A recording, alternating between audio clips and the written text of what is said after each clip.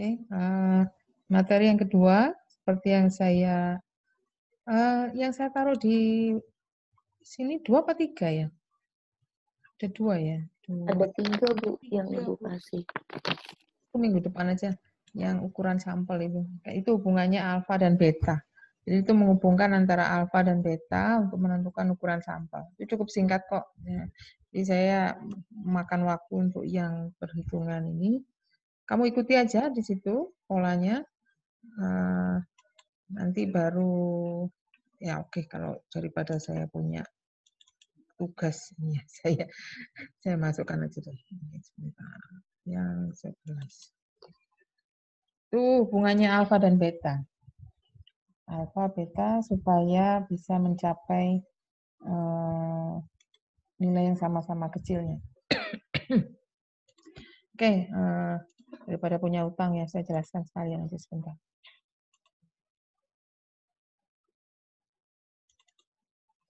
Ini ya. Jadi di sini ketika saya punya alfa dan beta tertentu, bisa dipakai untuk menentukan ukuran sampel. Ya, jadi kemarin kan ceritanya kalau alfa diperkecil, betanya membesar, dan sebaliknya. Nah sekarang ini bisa kita ngeset sendiri. Kamu set sendiri alfanya berapa, betanya berapa. Nanti yang jadi penentu adalah ukuran sampel. Caranya bisa kamu melihat di sini ada definisi alfa yang kemarin. Kita balik ya definisi alfa. Ini ada definisi beta. Bedanya ada pada di sini mu 0, di sini mu a. Kalau alfa lebih besar, kalau beta, ini yang ekor kanan, yang alfa lebih besar, ekor kiri, ekor kanan alfa lebih besar, betanya jadi kurang dari sama dengan, atau sebaliknya untuk yang ekor kiri. Ya. Terus lihat di sini, ketika kita menggunakan alfa, akhirnya munculnya Z alfa. Ketika saya menghitung beta, di sini nanti munculnya Z beta. Terus kenapa minus? Karena di gambar yang sudah saya berikan minggu lalu ya, kalau nggak salah, itu kita di sini hubungannya adalah pada dua distribusi normal yang mempunyai nilai tengah yang berbeda. Kalau misalkan ini mu 0, di sini K, alfa itu yang ekor kanan, letaknya kalau dibawa ke normal baku, ini jadinya Z positif. Terus gambar yang kedua adalah normal yang kedua, yang nilai tengahnya mu A, beta itu posisinya yang kiri, yang ini. Jadi kalau dibawa ke normal baku ya akhirnya Z-nya negatif. Kan ini di kirinya simetri, ya di kirinya nilai tengah. Kalau yang alfa ada di kanannya nilai tengah, makanya nilai Z-nya positif. Tuh. Ya, gambar saya minggu lalu ada. Kemudian dua nilai ini ya kita keluarkan dari peluang. Kan dari tanda peluang ya. Akhirnya seolah-olah jadi sistem persamaan sendiri. Nih. Yang pertama K minus mu 0 per sigma per akar N disama dengan kan Z alfa. Kan hasilnya jadi seperti ini kalau saya rubah. Ya, K sama dengan ini. Sedangkan yang persamaan kedua berasal dari beta, di mana K min mu A per sigma per akar N jadi minus Z beta. Hasilnya ada K di sini juga ada K. Ya, berarti boleh kan saya substitusi atau saya samakan itu. Saya samakan, akhirnya ini yang kita hasilkan untuk eliminasi K. Jadi ini tadi yang asalnya dari alfa, yang di bawah kiri, yang di kanan yang asalnya beta. Ya, jadi di sini sama dengan saya kelompokkan supaya nanti yang sudah diketahui adalah konstanta-konstanta ada di ruas kanan. Ini sudah diketahui. Kalau alfanya tahu, kamu bisa tahu Z alfa. Betanya tahu, kamu tahu Z beta. Mu A di hipotesis alternatif, mu 0 di hipotesis alternatif. Sigma biasanya juga diasumsikan, diketahui. Satu-satunya yang tidak diketahui di sini adalah N. Ya, jadi rumus ini kamu rubah supaya nanti yang di ruas kiri itu hanya akar N. Kalau pengen akarnya hilang, dikuadratkan, hasilnya jadi N seperti ini. Kuadratnya. Ya. Dan kemudian di situ notasi ini mu A min mu 0 dalam kurung kuadrat. Hasilnya pasti positif sih, karena mu A kan memang ceritanya lebih besar dari mu 0, karena kita pakai yang ekor kanan kan, ekor kanan itu alternatifnya lebih besar dari mu 0. Oke, jadi kalau mau misalkan saya contohkan ini tadi, sama-sama menginginkan alfa dan beta 5%, nanti kamu tugas pertama adalah mencari Z alfa, Z beta yang kebetulan sama-sama Z 0,05. Angkanya 1,64. Ya. Perkara Bu tadi minus-minusnya kan dipakai di dalam persamaan untuk sudah kita akomodasi sehingga hasilnya ini. Ya, jadi kamu nggak usah pikir minusnya lagi karena minusnya tadi itu sudah kebawa mulai awal sampai akhir. Jatuhnya di sini ya hanya begini. Jadi kamu hanya perlu tahu alfa berapa, beta berapa, ya seolah-olah informasi itu ya kita pakai untuk mencari di tabel. Seperti biasa. Jadi di tabel seperti biasa, kalau 5% ya tabelnya 1,6. Jadi makanya saya nggak bedakan ini. Kecuali kamu punya alfa 0,05, kamu pengen betanya 0,1, nah baru beda. Tapi lihat di tabelnya ya nanti di sini Z 0,05, yang 1,64, ini yang alfa. Ya, kalau kamu pengen beta 0,1 berarti kamu harus lihat di tabel yang Z 0,1 berapa. Kalau 0,1 biasanya di 2 ya. Nah, 0,1 apa lebih kecil? 1,64 ya lebih kecil. 0,1 lebih kecil dari 1,64, lebih ke kiri lagi. Ya, cek lagi. Ya. Nah, nanti bisa dibaca di tabel. Kebetulan di contoh saya ini semuanya sama-sama 5%, jadi mengacu ke angka yang sama-sama 1,64. Saya harap kamu sudah tahu definisi Z alfa itu apa, definisi Z 0,05 itu apa, sama persis seperti yang kamu pakai selama ini. Ya, jadi dilihat di tabel aja.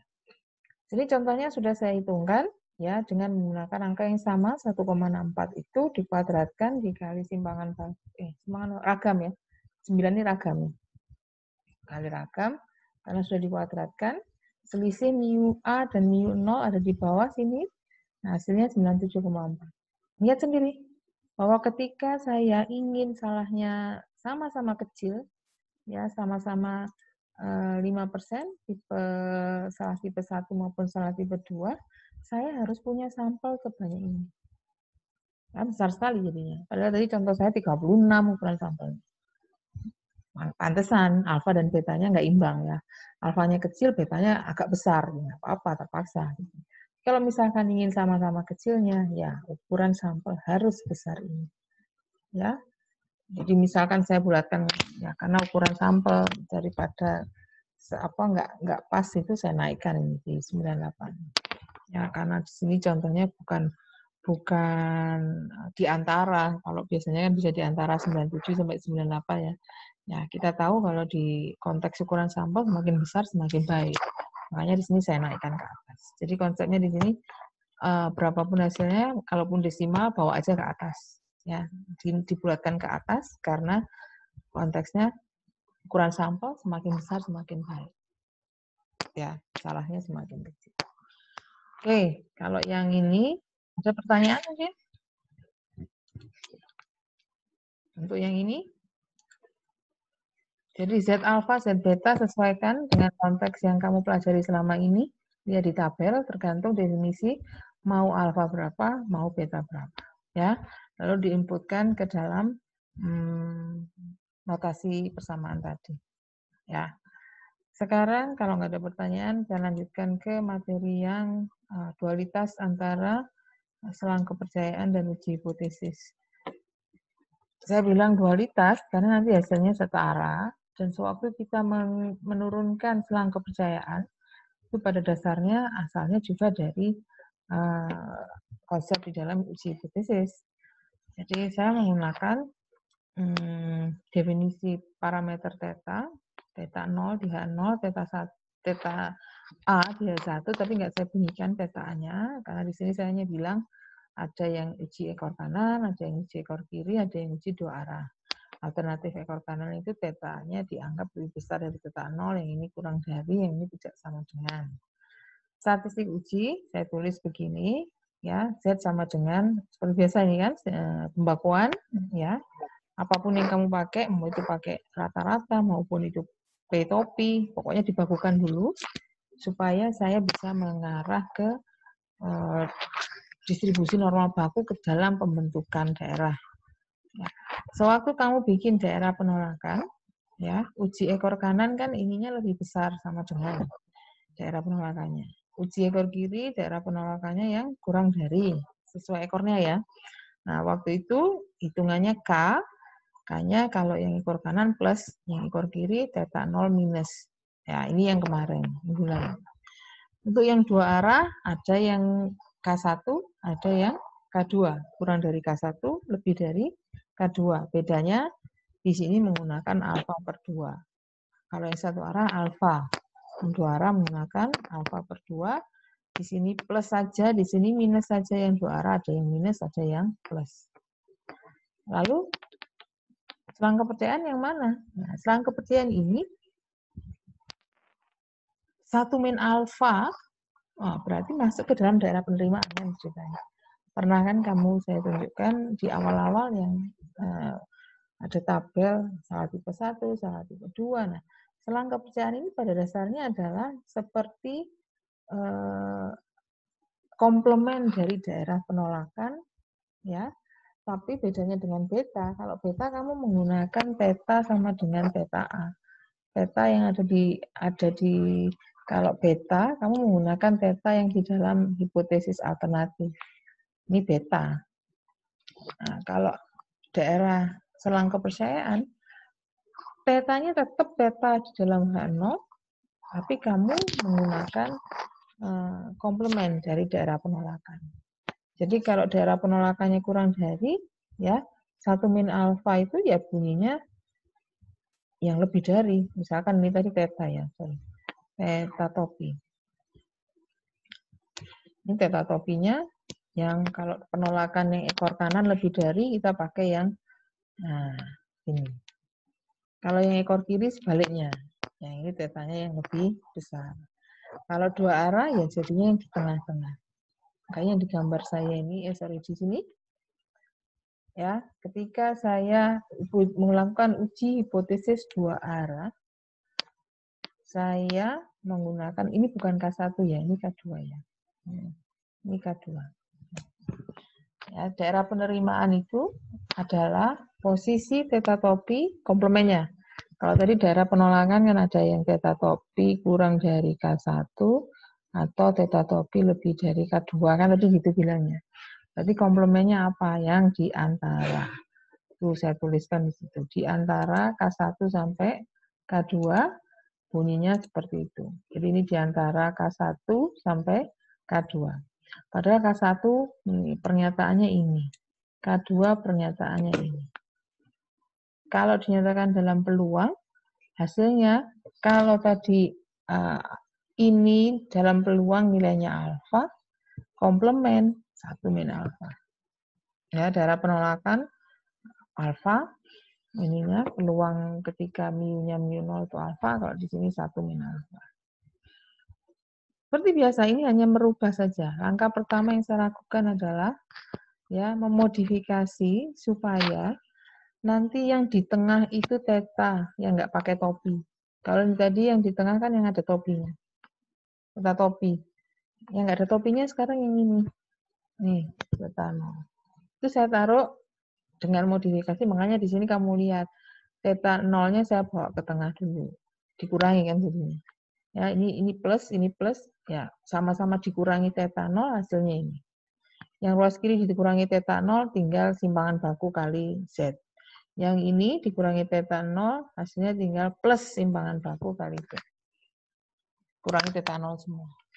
Habis itu, supaya theta topinya hilang. Berarti semuanya dikurangi theta topi. Ya, makanya di sini muncul min theta topi muncul di sini. Yang di tengah hilang theta topi. Tinggal theta 0. Ya. Setelah itu, ya, ini sudah beres. Ini tapi tandanya kok negatif. Nah, supaya tanda negatifnya hilang, kalikan min 1 toh. Nah, yang dikali min 1 tapi yang di dalam saja. Yang ini jangan, yang 1 min alfa nggak usah ikut-ikut. Dikalikan min 1 yang di dalam peluang. Ini jadi plus, tandanya plus. Ini jadi theta 0 plus, ya. Ini plus jadi min. Nah, masalahnya kalau kali min 1 tanda kan tadi yang kurang dari jadi lebih dari. Kurang dari jadi lebih dari. Nah, kalau mau bilang interval, notasi ini aneh, ya. Masa yang kanan yang lebih besar? Betul sih memang ini. Ini plus kan, jadi lebih besar. Ini batasnya angka lebih besar, ini angka yang lebih kecil. Jadi aneh kalau dibuat selang. Jadi selang itu biasanya yang kecil yang ada di kiri. Sehingga ini saya tukar tempatnya. Yang ini yang batas bawah, yang ini yang batas atas. Dibalik lagi, ya. Jadi konsepnya dengan membalik arah ketidaksamaan dan dilengkapi dengan tanda sama dengan, karena selang kepercayaan itu menggunakan interval tertutup, selang tertutup. Tanda samanya dikembalikan. Kalau kamu membentuk selang kepercayaan bagi uji dua arah atau selang kepercayaan dua arah, itu isinya seolah-olah ya ada batas bawah, ada batas atas yang mirip seperti nilai K1 dan K2 di daerah penolakan. Tapi kalau K1 dan K2 yang ada di sini itu theta 0. Kalau yang di sini bukan theta 0, tapi statistik. Jadi statistik theta topi yang tadi kamu peroleh dari sampel, nilainya berapa, masukkan ke sini. Lainnya sama, timbangan baku Z alfa per 2, timbangan baku Z alfa per 2 kan seperti yang tadi, sewaktu kita membentuk K1 dan K2. Bedanya sewaktu daerah penolakan yang kita pakai itu yang dinyatakan di H0. Kalau yang ini yang kita pakai adalah statistik. Kenapa ya? Karena tujuan saya malah mencari ini. Berapa sih ya interval batas bawah sampai batas atasnya parameter theta 0 ini. Ya, sehingga peluangnya 1 min alfa. Jadi peluang selang kepercayaan ini bunyinya begitu. Nilai theta 0 itu batas bawahnya berapa, batas atasnya berapa, supaya saya bisa yakin. Ya, dengan keyakinan 1 min alfa kali 100%. Kalau kamu menggunakan 5%, berarti saya yakin 95% bahwa parameter theta 0 itu nilainya di antara batas bawah sampai dengan batas atas. Contoh di sini. Ya, yang tadi ya. Tadi di contoh yang tadi yang dua arah pernyataan efektivitas tadi, di mana kita menyatakan sampel 36 dengan rata-rata 14 ya kalau nggak salah tadi rata-ratanya. Nah, ini kan yang ini konsep yang kemarin, waktu kita menggunakan daerah penolakan. Daerah penolakan dibentuk akhirnya K1 14,02, K2 15,98. Kalau kamu punya rata-rata 14 posisinya nggak ada di kiri juga nggak ada di kanan kan? Ya. Jadi yang K1 14,02. Yang sebelah kanan lebih besar dari 15,98. Nilai 14 posisinya di tengah-tengah masih. Berarti kalau misalkan konsepnya mau tolak terima, kita masih bilang terima 0 ya di sini ya. 14 itu terima 0. Karena posisinya, tolak. Ini di kirinya. 14 ini posisinya di kirinya 14,02. 14 posisinya di kirinya 14,02 sehingga tolak 0. Nah, ini saya tuliskan. Kalau yang 14 gitu, di sini ternyata rata-rata saya 17 ya. Jika rata-rata sampelnya 17, baru di sini tolak juga tapi tolaknya yang posisi kanan. Ya. Jadi 17 ini posisinya di atasnya 15,98. Tolak 0 juga. Nah, sekarang ditolak ya. 17 ini kenapa kok ditolak? Coba saya atik-atik. Ternyata kalau saya punya sampel dengan rata-rata 17 dan ini saya pakai untuk membentuk selang kepercayaan 95% dengan rumusan tadi. Ini 17 ini saya pakai untuk menghitung selang kepercayaan dengan rumusan yang tadi, ya 17 dikurangi simpangan baku kali Z alfa per 2 untuk yang batas bawah, yang batas atas 17 plus simpangan baku kali Z alfa per 2, hasilnya 16,02 sampai 17,98. Kamu bisa cerita apa di sini? Bahwa saya sebetulnya ketika mempunyai rata-rata sampel 17, ya, populasi saya itu 95% mempunyai mu yang terletak di antara 16,02 sampai dengan 17,98. 95% ini. Nih. Jadi kalau saya punya sampel dengan nilai 17 rata-rata, maka populasi saya itu bisa saya yakini 95% mempunyai rata-rata 16,02 sampai 17,98. Ingat, tadi yang kamu nyatakan di H0 itu berapa? 15 kan?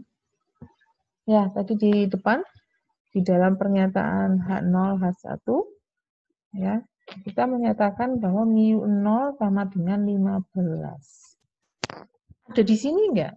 15. Tidak ada. Tidak ada. Makanya ditolak. Kelihatan ya benang merahnya ya. Jadi kalau saya punya rata-rata sampel 17, yaitu ya 95% berasal dari mu yang di antara 16,02 sampai 17,98. Jadi kalau saya bilang mu-nya 15 ya pantas saja ditolak. 15 tidak berada di sini. Tidak ada di sini. Ya pantas ditolak. Itu. Jadi karena 15 tidak berada di dalam selang kepercayaan, atau dengan kata lain, 15 ini bukan calon-calonnya mu ketika Y-barnya 17. Kandidat bagi Y-bar 17 itu mu yang ini, 16,02 sampai 17,98. Kalau kamu formulasikan mu dengan pernyataan 15, ya pasti ditolak. Karena posisinya bukan di situ. Bukan calon terkuat, istilahnya. Calon lemah ini ya. Hanya ditolak. Nah, di situ. Kecuali kamu sudah menghitung selang kepercayaan ini, ya. Kamu belum melakukan uji nih, kamu menghitung selang kepercayaan 16,02 sampai 17,98. Terus kamu, ya ini bukan manajer ya, kalau manajer kan nggak ngerti soal-soal gini. Ya kamu ini orang statistik. Saya hitung dulu, sampel 17, Y-bar 17, itu berarti selang kepercayaannya ini. Artinya 17 tadi kandidat terkuat, mu-nya 16,02 sampai 17,98. Itu 95% ini. Nah, terus kamu iseng aja. Berarti gimana ya? Kalau misalkan saya melakukan uji hipotesis, tapi mu-nya saya bilang 16,5. 16,5, jelas kan 16,5 posisinya di mana? Kandidat ya, yang ada di sini. 16,5 posisinya di dalam selang kepercayaan. Sudah nggak usah kamu lakukan lah uji tadi. Sudah jelas, pasti H0 akan diterima. Karena saya sudah tahu, ya kandidat mu bagi Y-bar 17 itu pasti di antara 16,02, bukan pasti 95% berada di antara 16,02 sampai 17,98. Jadi kalau saya pakai yang ada di interval ini, pasti H0-nya akan diterima.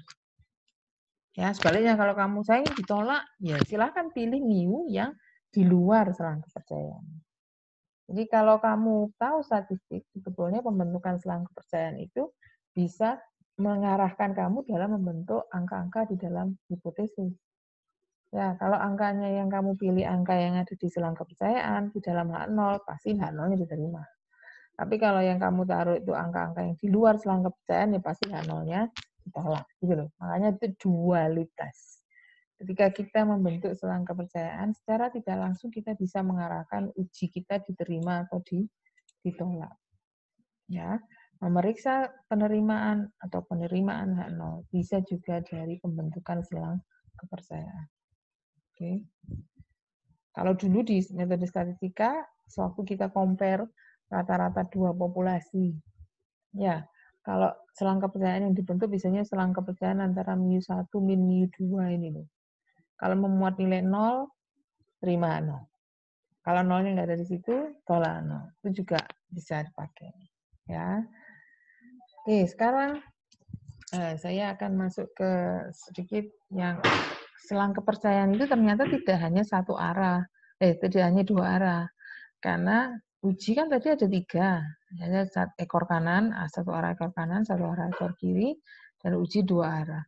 Nah, gimana yang satu arah? Yang tadi saya jelaskan kan yang dua arah saja. Yang satu arah seperti apa? Bisa juga kamu bentuk selang kepercayaannya. Cuma nanti karena asalnya satu arah, karena tadi sudah saya bilang selang kepercayaan itu komplement dari daerah penolakan. Kalau dua arah batasnya kan kiri kanan.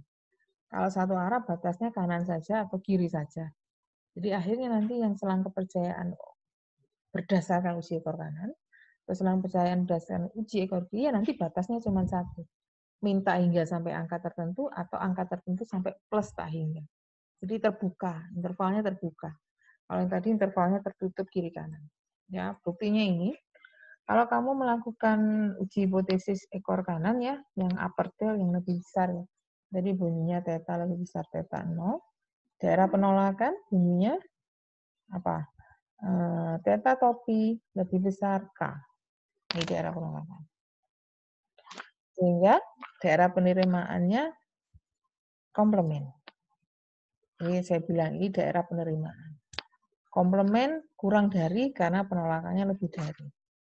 Kurang dari ini hasilnya 1 min alfa. Ini K ya, ini nilai K-nya. Peluangnya 1 min alfa. Sama seperti tadi. Kita mencoba merubah, kalau ini tadi yang di kirinya tanda sama dengan itu theta topi, ini saya mau rubah supaya yang di kirinya pertidaksamaan itu theta 0. Yang ada di hipotesis, parameter, bukan lagi statistik. Ya, caranya juga otak-atik seperti tadi. Jadi cara merubahnya supaya ada muncul theta 0 dikurangi theta 0. Jadi ini dikurangi theta 0. Ini dikurangi theta 0, yang di kanannya hilang theta 0. Terus kalau sudah dikurangi, ini hasilnya nanti supaya menghilangkan theta topi, dikurangi theta topi. Yang dikurangi theta topi di sini hilang, di kanannya juga akhirnya muncul. Ya, tukar tempat lah seolah-olah ya, tukar tempat. Sudah, ini sebenarnya sudah bentuk terakhir, cuman tandanya kan minus. Jadi perlu kita kalikan min 1 supaya balik ke plus. Ya, kembali ke plus seperti ini. Ini plus theta 0, ini plus, ini minus jadinya. Tanda berubah menjadi lebih besar. Kemudian sama dengan saya ikutkan kembali karena selang kepercayaan, selangnya selang yang pas di angka tertentu. Ya. Jadi di sini lihat selang kepercayaannya akhirnya berbunyi nilai theta 0 itu kalau asalnya dari uji satu arah ekor kanan, ya parameter tetanya itu kalau mau dibentuk selang kepercayaan, dia 1 min alfa 100% berada di paling kecil nilai ini paling kecil sampai tak hingga. Paling kecil nilai ini sampai tak hingga. Berarti kalau kamu mau bilang ini kan lebih besar sama dengan nilai ini, berarti dia nggak berhenti di kanan, bisa terus sampai ke kanan. Sampai tak hingga bisa boleh terus. Apa implementasinya ke dalam uji hipotesis? Kita coba ya. Kita coba. Jadi nilai-nilai nanti yang jika kamu menyatakan theta 0 di dalam interval ini, H0-nya pasti diterima. Tapi kalau kamu menyatakan theta 0 yang di luar selang ini, maka H0 pasti ditolak. Di luar selang ini berarti nilai yang di kirinya, yang kurang dari. Contoh, ini tadi, saya balik-balik aja sih angkanya. Misalkan tadi kita mempunyai hipotesis yang bunyinya mu lebih besar 15. Jika kamu punya rata-rata 17, saya bentuk dulu selang kepercayaannya. Selang kepercayaan dibentuk dengan konsep yang tadi. Ini daerah penolakan ya. Saya skip aja, kita nggak ke sana. Kita mau melihat selang kepercayaan.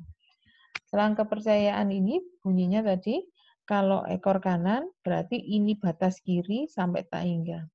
Batas kiri bunyinya Y bar 17, simpangan baku, nanti bisa kamu cek ya, simpangan bakunya tadi kalau nggak salah 9 akar 3 per akar 36 gitu ya, setengah ya.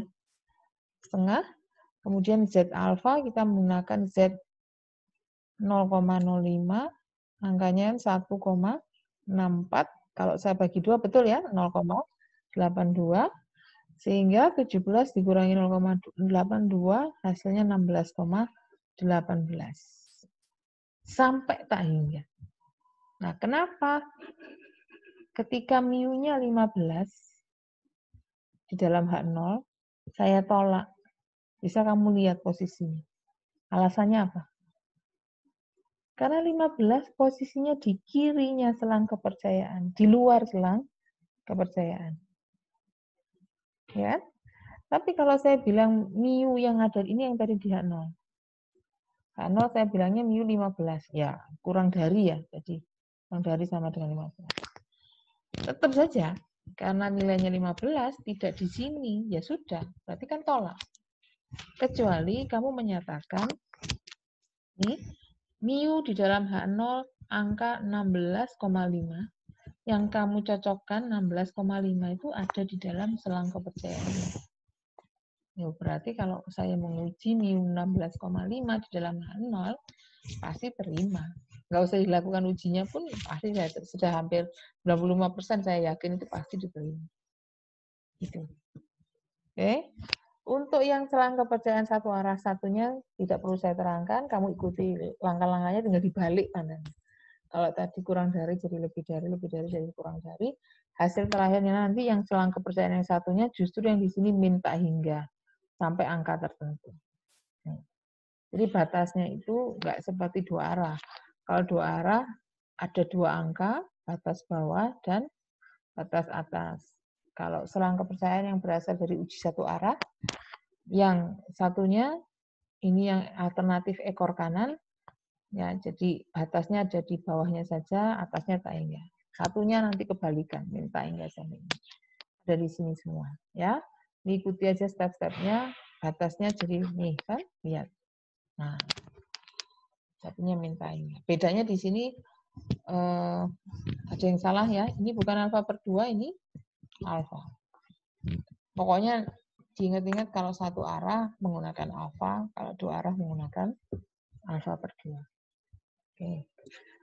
Saya stop share, silakan kalau ada yang mau ditanyakan. Sekali lagi saya rangkum. Selang kepercayaan itu dibentuk ketika kamu sudah punya statistik.